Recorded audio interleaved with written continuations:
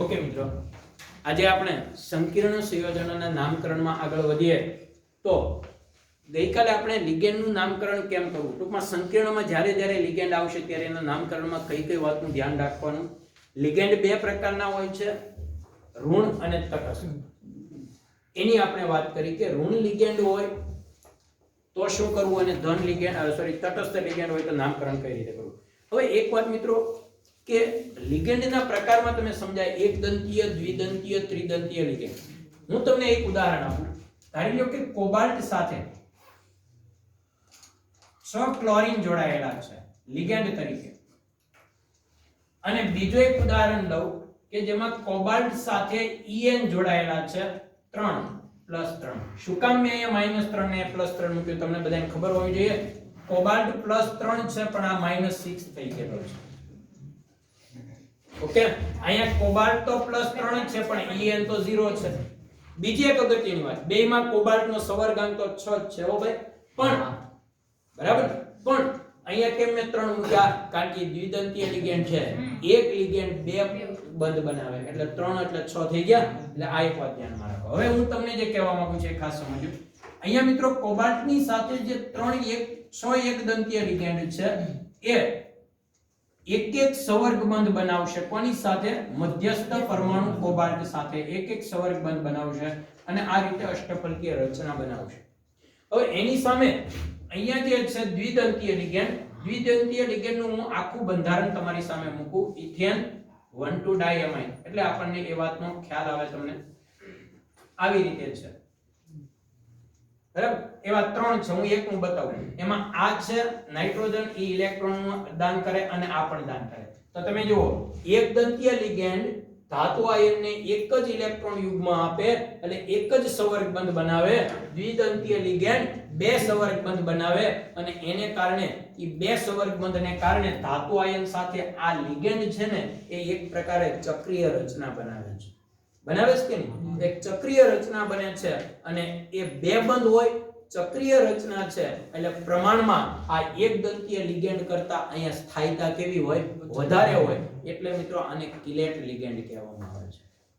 એટલે દ્વિદંતીય લિગેન્ડ કે ત્રિદંતીય લિગેન્ડ કે ચતુર્દંતીય કે ષડદંતીય લિગેન્ડ જ્યારે ધાતુ આયન સાથે જોડાય ને ત્યારે એક કરતા વધારે સવર્ગ બંધ બનાવે છે અને એને કારણે એની સ્થાયીતા વધી જાય છે. એટલે આ અણુ ને આ અણુ બેમાં સ્થાયી અણુ કોણ છે? તો આ અણુ સ્થાયી છે.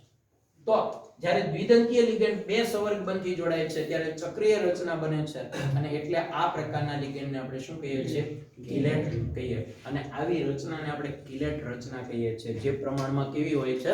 સ્થાયી. ઓકે, હવે આપણે આગળ વધીએ. મેં તમને લિગેન્ડની વાત કરી હતી. હવે હું લિગેન્ડમાં ધીમે ધીમે તમને સંકીર્ણ તરફ લઈ જાઉં મિત્રો. હવે આપણે ધાતુ તરફ જઈએ કે ધાતુના નામમાં શું કરવું. તો તમે કહેશો કે ધાતુ તો આપણે કેટલાય અકાર્બનિક પદાર્થ શીખ્યા, બધામાં ધાતુનું નામ તો મૂળ નામ જ હોય ને ભાઈ. દાખલા તરીકે સોડિયમ ક્લોરાઇડ હોય તો સોડિયમને તો સોડિયમ જ કહીએ છીએ, ક્લોરીનને પાછળ આઈડ લગાડીએ છીએ, બરાબર ને. મેગ્નેશિયમ ઓક્સાઇડ હોય તો મેગ્નેશિયમને તો મેગ્નેશિયમ જ કહીએ છીએ. તો અહીંયા એવું જ હશે નહીં. બાકીના બધા કરતા અહીંયા અલગ એટલે જ છે કે બાકી બધે ઇલેક્ટ્રોન ગુમાવે છે, ધાતુ અહીંયા મેળવે છે.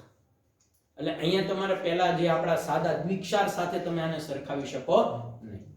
તો અહીંયા ધાતુ આયનનું નામ કેમ દેખાડવું? અહીંયા ધાતુ આયનનું નામ દેખાડવું બહુ અગત્યનું છે મિત્રો. એક ખાસ તમે ધ્યાનમાં રાખજો. ધારી લો કે હું અહીંયા મેં હમણાં જે તમને ઉદાહરણ આપ્યું હતું એ જ ઉદાહરણ તમારી સામે લઉં અને આ લિગેન્ડ જે સંકીર્ણ આયન છે એને હું ધન દેખાડું. જો સંકીર્ણ આયન ધન હોય તો ધાતુનું નામ શું આપવાનું? તો કે જે નામ છે ને એનું એ જ લખવાનું. કોબાલ્ટ જે નામ છે એનું એ જ લખવાનું અને એની પાછળ ખાસ રોમન આંકડામાં એનો ઓક્સિડેશન આંક દેખાડવો. કોબાલ્ટનો ઓક્સિડેશન આંક +3 છે તો તમારે રોમન આંકડામાં ફરજિયાત દેખાડવાનો રહે. આ એનું નામ લખતી વખતે ધ્યાન રાખવાનું. હવે વાત કરીએ કે જો લિગેન્ડ સંકીર્ણ આયન છે એ ઋણ હોય. હવે સંકીર્ણ આયન ઋણ છે એમાં આને શું લેવા દેવા? પણ સંકીર્ણ આયન જો આખો ઋણ હોય તો આ કાર્બોનેટ નહીં બોલવાનું પણ પાછળ એડ જોડવાનું. એને કહેવાનું કોબાલ્ટ છે ને એની બદલે પાછળ એટ જોડો તો કોબાલ્ટેટ બોલવાનું. એટ પ્રત્યય જોડવાનો. મેંગેનીઝ હોય તો મેંગેનેટ બોલવાનું. ફેરસ હોય તો ફેરેટ બોલવાનું. ખ્યાલ આવી ગયો તમને? કોપર હોય તો કોપરેટ બોલવાનું, ખ્યાલ આવ્યો? ઝિંક હોય તો ઝિંકેટ બોલવાનું. ટૂંકમાં કહીએ તો સંકીર્ણ જો આખો ઋણ હોય, આ સંકીર્ણ જો ઋણ હોય અને એને ધનથી તટસ્થ કરેલો હોય ત્યારે સંકીર્ણનું ઋણ હોય એટલે ધાતુ આયનના નામની પાછળ એટ લગાડવાનું. પણ જો આપણો સંકીર્ણ આયન એટલે કે આ કાઉન્સ વાળો ભાગ છે એ પ્લસ હોય કે તટસ્થ હોય, તટસ્થ હોય તો પ્લસ નો નિયમ લાગુ પડે, કે તટસ્થ હોય તો ધાતુનું મૂળ નામ લખવું. પણ અહીંયા નામ લખ્યા પછી ભૂલમાં પણ રોમન સંખ્યા લખવાની ભૂલવાની નથી. એ તો બેમાં એનો ઓક્સિડેશન આંક તો આવશે જ. હવે અહીંયા ઓક્સિડેશન આંક +3 છે આમાં, બરાબર ને? આ નહીં, આ ટોટલ ઓક્સિડેશન આંક નથી લખતો, નહીતર ઘણા કે અહીંયા +3 છે એટલે જ આગળ લખ્યો, તો અહીં માઈનસ નહીં. આનો ઓક્સિડેશન આંક અહીંયા મારે લખવાનો છે. કોબાલ્ટ અહીંયા +3 છે તો અહીંયા મારે +3 લખવું જોઈએ. એટલે આ મિત્રો ખાસ ધ્યાનમાં રાખજો. લિગેન્ડમાં શું કરવું એ મેં તમને સમજાવ્યું. હવે ધાતુ આયનનું નામ આપણે બધું ભેગું કરવાનું જે બાકી, હજી તો હું એક એકના નામ કેમ આપવા એ કહું છું. આમાં મેં તમને કીધું કે તટસ્થ સંકીર્ણ સંયોજન હોય કે ધન હોય તો મૂળ નામ આપવું, અને જો સંકીર્ણ ઋણ હોય તો આપણે એને એડ લગાડવું. ઓકે, આ એક નામ આપણે નહીં ભૂલીએ. ઓકે, હવે આપણે મૂળ તરફ આવીએ. હવે હું તમને કેટલાક નામકરણ તરફ લઈ જાઉં અને આપણે આપણી રીતે પહેલા 2-3 નામ જોઈએ, પછી ટેક્સ્ટ બુક માંથી એનો વધારે અભ્યાસ કરીએ.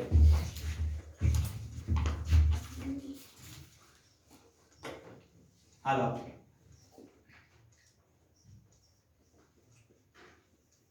પહેલા આપણે જે ઉદાહરણનો મેક્સિમમ યુઝ કર્યો એ જ ઉદાહરણ તમારી સામે મૂકું છું. હાલો, આમ છે. ઓકે, હવે આના ઉપરથી એક વાત તો કન્ફર્મ થઈ ગઈ. આ સંકીર્ણ આયન જે છે, કાઉન્સ વાળો ભાગી સંકીર્ણ આયન છે. સંકીર્ણ આયન છે પહેલા છે, મતલબ ઈ કેવો છે? ધન. અને એને પ્રતિ આયન એટલે ઋણ આયન વડે તટસ્થ કરેલો છે. એટલે આ ધન છે એ કન્ફર્મ થઈ ગયું. અને હવે મિત્રો અત્યાર સુધીના દ્વિક્ષારમાં તમે શું, તમારો જવાબ શું હોઈ શકે? હું એમ પૂછું ને કે હાલો આ બેમાંથી કોને પહેલા લખવું, આ બેમાંથી નામકરણમાં, તો તમારો જવાબ એમ હોય કે સાહેબ એમાં પૂછવાની જરૂર ક્યાં છે? ધાતુ જ પહેલા લખાય ને. કારણ કે દ્વિક્ષારમાં આપણે ધાતુ જ લખીએ. સોડિયમ ક્લોરાઇડ તો પહેલા સોડિયમને જ લખીએ, મેગ્નેશિયમ ઓક્સાઇડ તો પહેલા મેગ્નેશિયમને લખીએ. ધાતુ જ પહેલા હોય.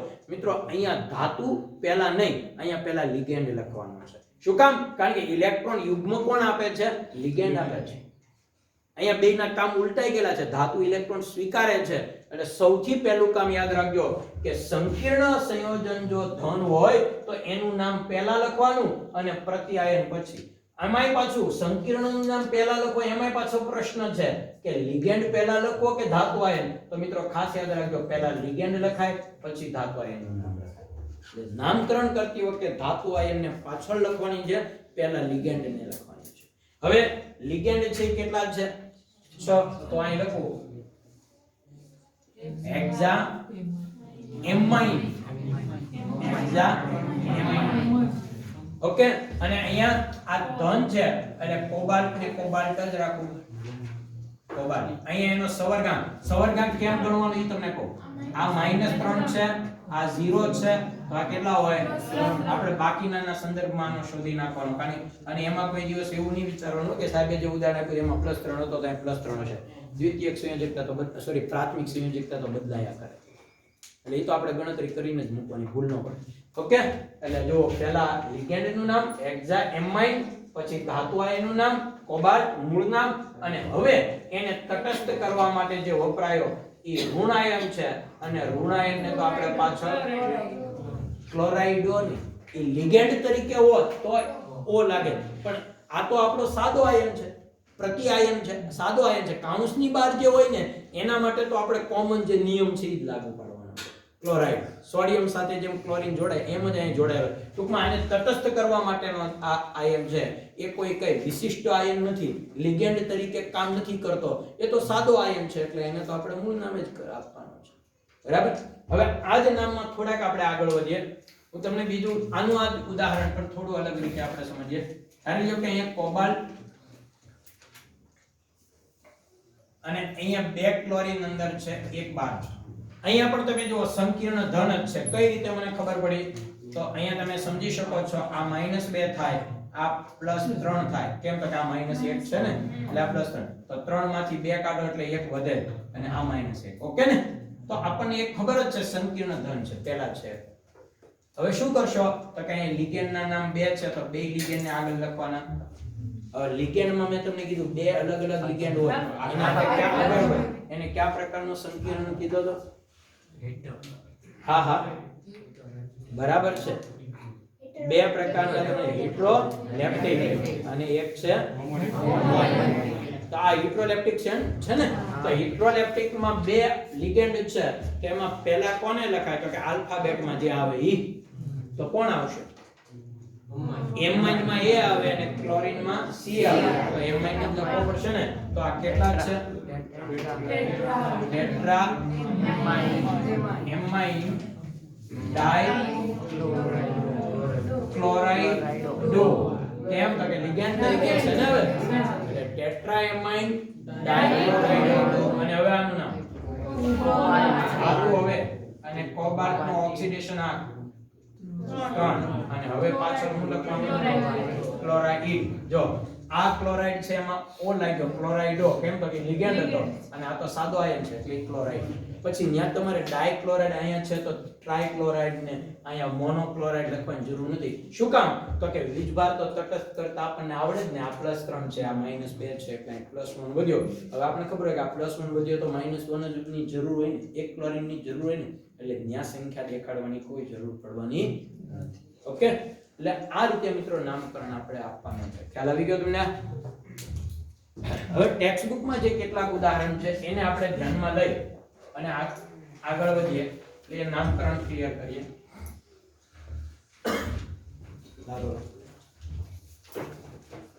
ટેક્સ્ટ બુક ના કેટલાક ઉદાહરણ હું તમને સમજાવું અને નામકરણ પહેલા આપણે નામ બંધારણ ઉપરથી નામમાં જઈએ પછી નામ ઉપરથી બંધારણમાં જઈશું. બરાબર? 9.3 માં પહેલું છે PT NH3 twice Cl NO2. PT પછી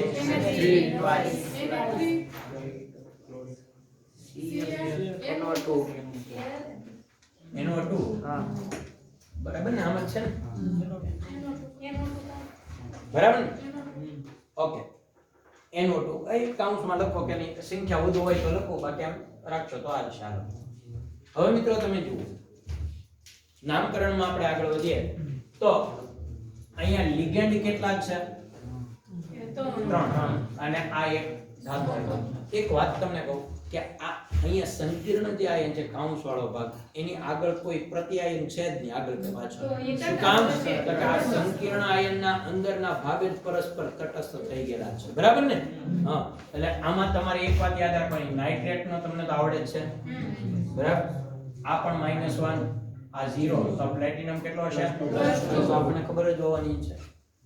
પ્લેટિનમ નો પહેલેથી નહીં જોવો નક્કી કરવાનું પહેલા ઋણ તરફથી જઈને ત્યાં જવાનું કારણ કે સંકીર્ણ આયન છે સક્રાંતિ તત્વ છે અને તમને બધાને ખબર છે કે સક્રાંતિ તત્વના ઓક્સિડેશન એક કરતા અલગ હોઈ શકે. એટલે આપણે એક ઉદાહરણમાં લીધું એ બીજા ઉદાહરણમાં ન હોય કહેવાનો મતલબ. હાલો હવે આમાં શું કરવું? લિગેન્ડ 3 છે 3 લિગેન્ડ 1 2 અને 3 એમાઇન પહેલો પછી ક્લોરીન પછી નાઇટ્રેટ તો બોલો ને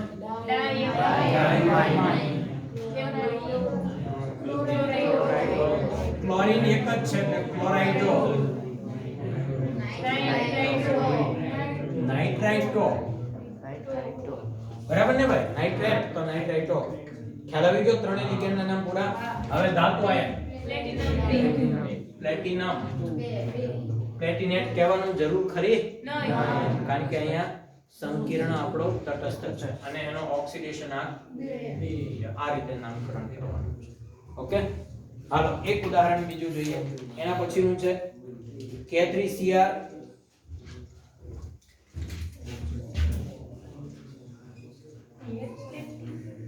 K3Cr C2O4 3 times. ઓકે ને C2O4 એટલે શું છે ખબર? ઓક્સેલેટ. COO ખબર છે ને? -2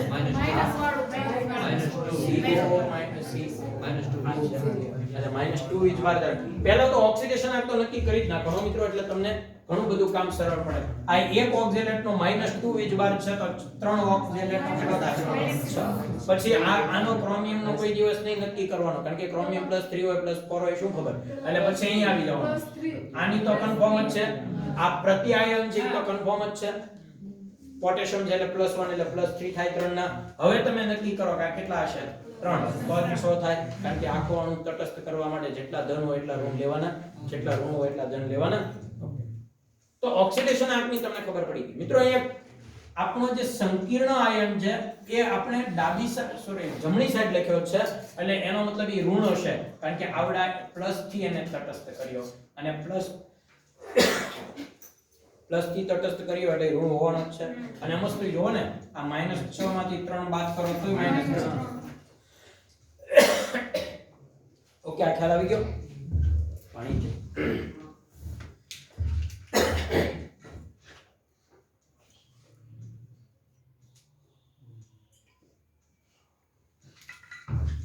ઓકે, હાલો હવે કઈ રીતે નામકરણ કરશું બોલો તો? જો મારી વાત સાંભળો. આપણો એક નિયમ છે કે હંમેશા ધન વસ્તુ પહેલા લખાય. અત્યાર સુધી આપણો સંકીર્ણ ધન હતો એટલે સંકીર્ણ વાળો ભાગ પહેલા લખતા હતા, પછી એમાં લિગેન્ડ પહેલા ધાતુ આયન પછી. પણ અત્યારે તો આપણો સંકીર્ણ ઋણ છે, એને પ્રતિઆયન ધન છે તો પ્રતિઆયનને પહેલા લખવું પડે. હા, પ્રતિઆયનનું કામ સાદા દ્વિક્ષાર જેવું જ છે. જેમ કેમ ક્લોરીન હતો તો ક્લોરાઇડ પાછળ મૂકી દેતા હતા, એમ પોટેશિયમ છે ને તો પોટેશિયમ મૂકી દો આગળ, પછી ટ્રાય પોટેશિયમ મૂકવાની જરૂર નથી. એનું કામ સાદા આયનની જેવું છે. જેમ પોટેશિયમ ક્લોરાઇડમાં કેમ તમે પોટેશિયમ આગળ લખતા હતા, એમ લખી નાખો અહીંયા. એટલે આ પોટેશિયમ પહેલા લખી નાખવાનું, બરાબર? એટલે આનું કામ હવે પૂરું થઈ ગયું. હવે આની ધ્યાનમાં લ્યો. હવે લિગેન્ડ પહેલા, લિગેન્ડ ઋણ છે, લિગેન્ડ ઋણ છે ટ્રાય ઓક્ઝેલેટો. ઓક્ઝેલેટો થાય ને ભાઈ, ઓ લાગે ઓક્ઝેલેટ તો ઓક્ઝેલેટો. ઓકે, તો ટ્રાય ઓક્ઝેલેટો. અને હવે ક્રોમેટ. ક્રોમિયમ નહીં લખી શકું પાછળ, ક્રોમેટ. અને એનો ઓક્સિડેશન આંક મને અહીં દેખાડવો પડશે. બે ખ્યાલ આવી ગયો? એટલે આ એક વાત આપણે ખાસ ધ્યાનમાં રાખીએ કે નામકરણ કરતી વખતે જો કે એવા કોઈ અઘરા નામ નથી કે જે તમને ન આવડે, પણ ખાસ ધ્યાનમાં રાખવાનું છે.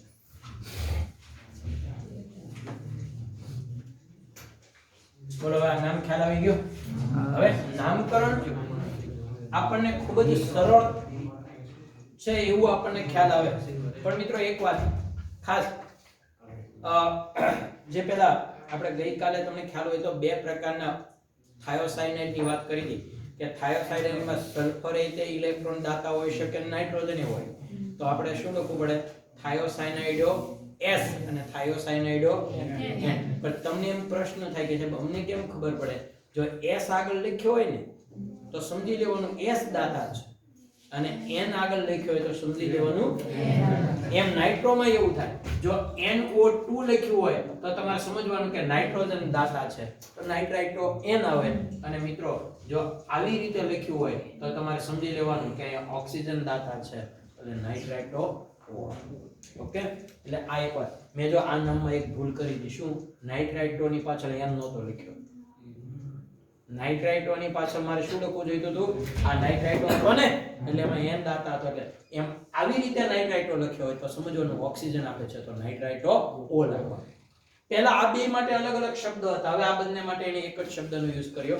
પહેલા આ માટે શબ્દ એક એવા હતા કે NO3 હોય તો નાઇટ્રાઇટો, બરાબર, નાઇટ્રાઇટો, અને ONO હોય તો નાઇટ્રાઇટો, એવું કાંઈક શબ્દ હતો. એના માટે શબ્દ અલગ હતો, પણ હવે એને S અને ટૂંકમાં N અને O જો વાપર્યો છે એટલે આપણા માટે બહુ સરળ કરી નાખ્યું. હવે મિત્રો આપણે એક કામ કરીએ, કેટલાક એવા નામ સમજીએ જેમાં નામ આપવું અને બંધારણ તમારે નક્કી કરવાનું હોય, એટલે તમને થોડો એ પણ અનુભવ થઈ જાય. થોડુંક હાર્ડ હોય એવું આપણે જોઈ લઈએ. આમાં જુઓ તો 9.2 માંથી એકાદ ઉદાહરણ લો. 9.2 માંથી D લો, ડાયક્લોરો BC. જુઓ તો ડાયક્લોરો, આ એક ઉદાહરણ લઈએ આપણે. ડાય શું છે? ક્લોરાઇડો બીસ છે. એનો મતલબ એવો થયો ડાઈ ક્લોરો લખ્યું ને, બરાબર ને, ડી માં એનો મતલબ એવો થયો કે એની ભૂલ છે. ક્લોરો નો આવે, શું આવે? ક્લોરાઇડ. શું આવશે? ઓકે. પણ એ મેં તમને વાત કરી હતી કે ભાઈ ક્લોરાઇડો જ લખવું પડે, પણ એમાં એને ભૂલ કરેલી છે. ડાયક્લોરાઇડો પછી શું છે? બીસ ethane one to die amide અને પછી બાયોવાલ કોબાલ્ટ. હવે નામ આપ્યું એનું બંધારણ કેમ નક્કી કરાય તો તમે સમજો.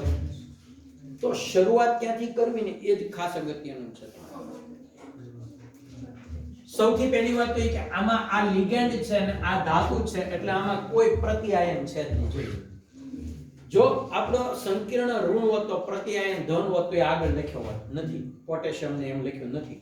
અને જો આ સંકીર્ણ ધન હોત તો ઋણ વડે તટસ્થ થયો હોત તો પાછળ અહીં છે જ નહીં. એનો મતલબ સંકીર્ણ ખુદ તટસ્થ છે.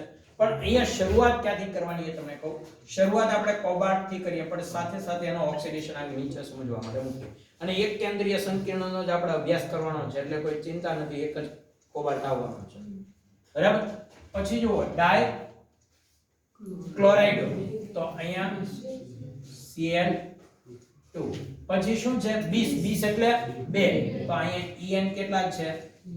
2, બરાબર. તો આ આપણને ખ્યાલ હોવો જોઈએ. ઓકે. હવે પ્રશ્ન એ છે કે અહીંયા તટસ્થ તો થતું નથી, જોઈ લો. થાય છે તટસ્થ? નહીં. આ -2 ને આ +2 એટલે +3, એનો મતલબ હજી વધતા એક ઉપર વધે. આના માટે પહેલા આ લોકો શું કરતા હતા કે પાછળ છે ને આયન લખતા હતા. આયન એમ શબ્દ લખેલા, આપણને મેન્ટલી ખબર પડે કે આમાં તટસ્થીકરણ થયેલું નથી. પણ અહીંયા નથી લખેલો તો તમારે આયન ઉપર વીજભાર પ્લસ લખવો પડશે. ખ્યાલ આવી ગયો તમને? ઓકે. બીજા એક બે ઉદાહરણ જોઈએ.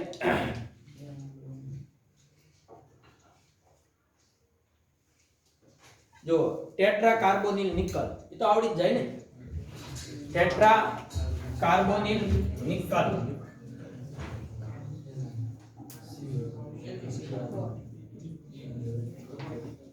Tetra carbonyl nickel 0. નિકલ સાથે કાર્બોનિલ એટલે શું મેં તમને સમજાવ્યું? Carbon monoxide. કેટલા છે? 4. બસ પૂરું થઈ ગયું. અને એમાં નિકલ નો ઓક્સિડેશન આ 0 છે, કાર્બન મોનોક્સાઇડ એ 0 છે. આમાં આપણે કઈ કરવાનું રહેતું નથી. એટલે મિત્રો નામકરણમાં ખાસ તમારે ધ્યાનમાં રાખવાનું છે. હવે ક્લિયર થઈ જશે નામકરણ. આની અંદરથી જે આપણને કોયડો 9.2 અને 9.3 ઉદાહરણ તૈયાર કરીને જ આપ્યા છે. પછી લખાણ સંબંધી જે પ્રશ્નો છે એ પણ મિત્રો તમે જાતે કરવાની ટ્રાય કરજો. એક આની અંદર જે આપ્યા નથી ને, હા એકાદ એવું છે કે જે આપણને આપ્યું જ નથી આમાં, પણ એ આપણને પહેલા ઉપરના ઉદાહરણમાં આપ્યું છે, એટલે એ હું તમને સમજાવી દઉં.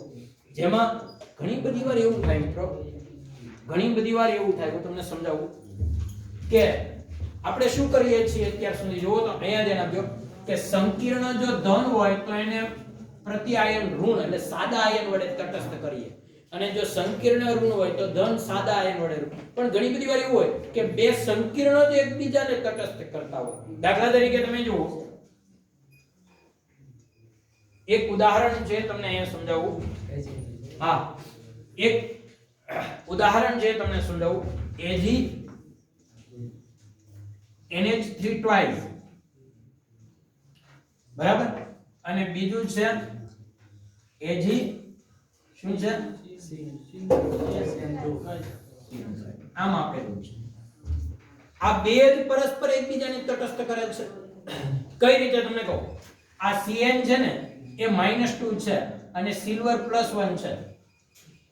તો તમે જો -2 માંથી +1 થાય એટલે -1 વધ્યો, અને આ જે સિલ્વર +1 છે આવી ગયું કે નહીં? એટલે એક સંકીર્ણ બીજા સંકીર્ણને તટસ્થ કરતો હોય, મતલબ કે પ્રતિઆયન તરીકે પણ સંકીર્ણ હોય, કોઈ સાદો આયન જ ન હોય. તો મિત્રો નામકરણ કેમ કરું તમારે એમ સમજવાનું છે. બે સંકીર્ણના હું નામ આપું છું, બસ. ધન વાળો ભાગ પહેલા ને ઋણ વાળો ભાગ પછી. બાકી નામકરણમાં કોઈ ફેરફાર નહીં થાય. હું તમને બતાવું, તમે જુઓ. સૌથી પહેલા હું આનું નામ આપું છું. તો મિત્રો અહીંયા 2 છે તો અહીંયા લખીશ ડાઈ એમાઇન. બોલો પછી સિલ્વર અને ઓક્સિડેશન આ એક. બરાબર, આનું નામ પૂરું થઈ ગયું. આ તો આપણને આવડે છે, ધન છે એટલે મૂળ નામ આવે. બરાબર ને? હવે મિત્રો અહીંયા આવીએ તો અહીંયા લિગેન્ડ પહેલા લખવાનો. લિગેન્ડ કોણ છે? સાયનાઇડ. તો એને શું કહેવાય? બરાબર છે, ડાઈ સાયનાઇડ. પછી સિલ્વર. પણ ભાઈ ઋણ સંકીર્ણ હોય ત્યાં પાછળ એટ લાગે તો સિલ્વર એટ કહેવાય નહીં. પણ તમને કહું, સિલ્વર નું તમે સંજ્ઞા જો Ag. આપણે આવા અમુક તત્વો એવા છે જેના પહેલા અક્ષરને એની સંજ્ઞા કઈ લેવા દેવા જ નથી. સોડિયમમાં Na, એમ સિલ્વરમાં Na. મિત્રો હકીકતમાં સિલ્વર નું સાચું નામ છે આર્જેન્ટિન. બરાબર? હા, અને એના ઉપર ક્યાંય તમારે શબ્દ મૂકવાનો છે આર્જેન્ટાઇન. શું મૂકવાનો છે? આર્જેન્ટાઇન. એટલે અહીંયા શબ્દ તમે ખાસ ધ્યાનમાં રાખજો કે અહીંયા આપણે આર્જેન્ટેટ શબ્દ લખવાનો છે. Okay okay. તો આવી રીતે નામકરણ. હવે આ ખાસ યાદ રાખજો કે આવા શબ્દો હોય ત્યારે શું કરશો.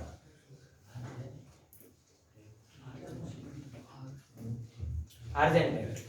ઓકે, એટલે નામકરણમાં તમારે ખાસ ધ્યાનમાં રાખવાનું. આર્જેનિક, આમ તો એને એટલે જ આર્જેનિટ જ કહેવાય.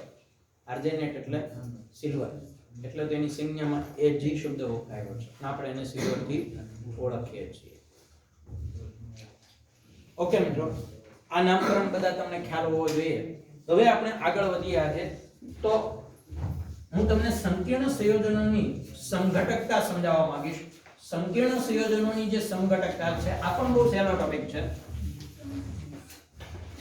સવર્ગ સંયોજનો એટલે કે સંકીર્ણ સંયોજનો છે એની સમઘટકતા. સંકીર્ણ સંયોજનો છે ને એ મુખ્ય બે પ્રકારની સમઘટકતા ધરાવે છે. એક ભૌમિતિક સમઘટકતા અને એક અવકાશીય સમઘટકતા. અને બીજી જે એક બંધારણીય સમઘટકતા. એમાં પાછા પેટા પ્રકાર આવે છે. એટલે આપણે અહીંયા જુઓ, અવકાશીય સમઘટકતામાં બે પ્રકાર, ભૌમિતિક અને પ્રકાશીય. અને બંધારણીય સમઘટકતામાં કેટલા પ્રકાર છે? 4 પ્રકાર છે. બરાબર? એ બધા જ પ્રકારનો આપણે અભ્યાસ કરવાનો છે. એમાં ખાસ કરીને અવકાશીય સમઘટકતા એ ખાસ અગત્યની છે. તો અહીંયા અવકાશીય સમઘટકતામાં હું તમને સૌથી પહેલી સમઘટકતા સમજાવીશ, ભૌમિતિક સમઘટકતા. ભૌમિતિક સમઘટકતા. મિત્રો ભૌમિતિક સમઘટકતાની વ્યાખ્યા આપવી તો શું કહેવાય કે જે જુદા જુદા બે સંકીર્ણોના, આપણે તો સંકીર્ણની જ વાત કરીએ છીએ ને, સંકીર્ણ બોલો કે સવર્ગ બોલો, જુદા જુદા બે સંકીર્ણ સંયોજનોના અણુસૂત્ર સરખા છે પરંતુ એની અવકાશીય ગોઠવણી એટલે કે ભૌમિતિક ગોઠવણી જુદી જુદી છે. અણુસૂત્ર તો કેવા છે? સરખા છે. બરાબર? પણ શું જુદું છે? ભૌમિતિક ગોઠવણી. અવકાશમાં એની ભૌમિતિક ગોઠવણી અલગ અલગ હોય તો એને શું કહેવામાં આવે છે? ભૌમિતિક સમઘટકતા. એટલે લખું કે સવર્ગ સંયોજનોના અણુસૂત્ર અને આમ જુઓ તો બંધારણીય સૂત્ર પણ સરખા જ છે. બંધારણીય એટલે બંધ, એ તો સરખું જ છે. અણુસૂત્ર અને બંધારણીય સૂત્ર કેવા છે? સમાન છે. પરંતુ તેની અવકાશમાં ભૌમિતિક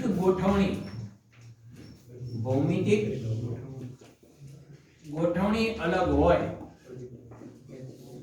તો એવા સમઘટકતાને શું કહેવાય?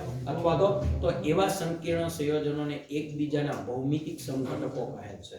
ભૌમિતિક સમઘટકો કહે છે. એટલે ભૌમિતિક સમઘટકો એટલે શું?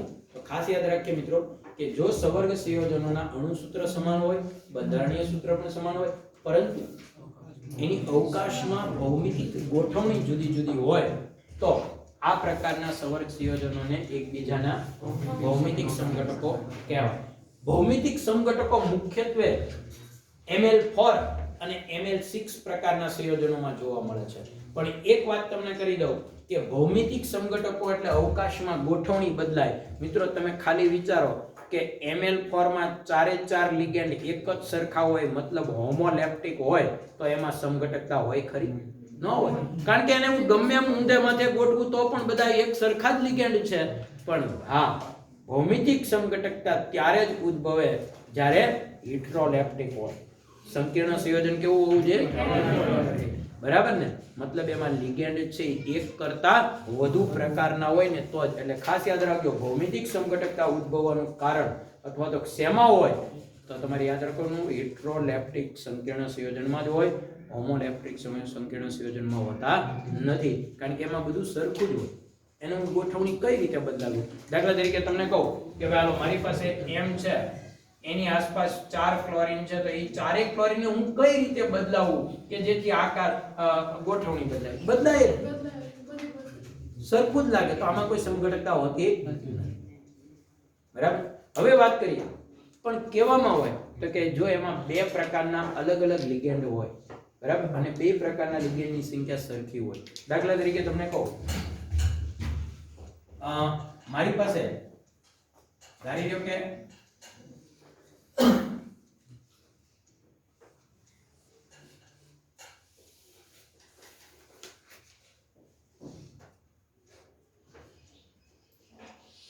આ પ્રકારનું એક લિગેન્ડ છે NiCl2 NH2.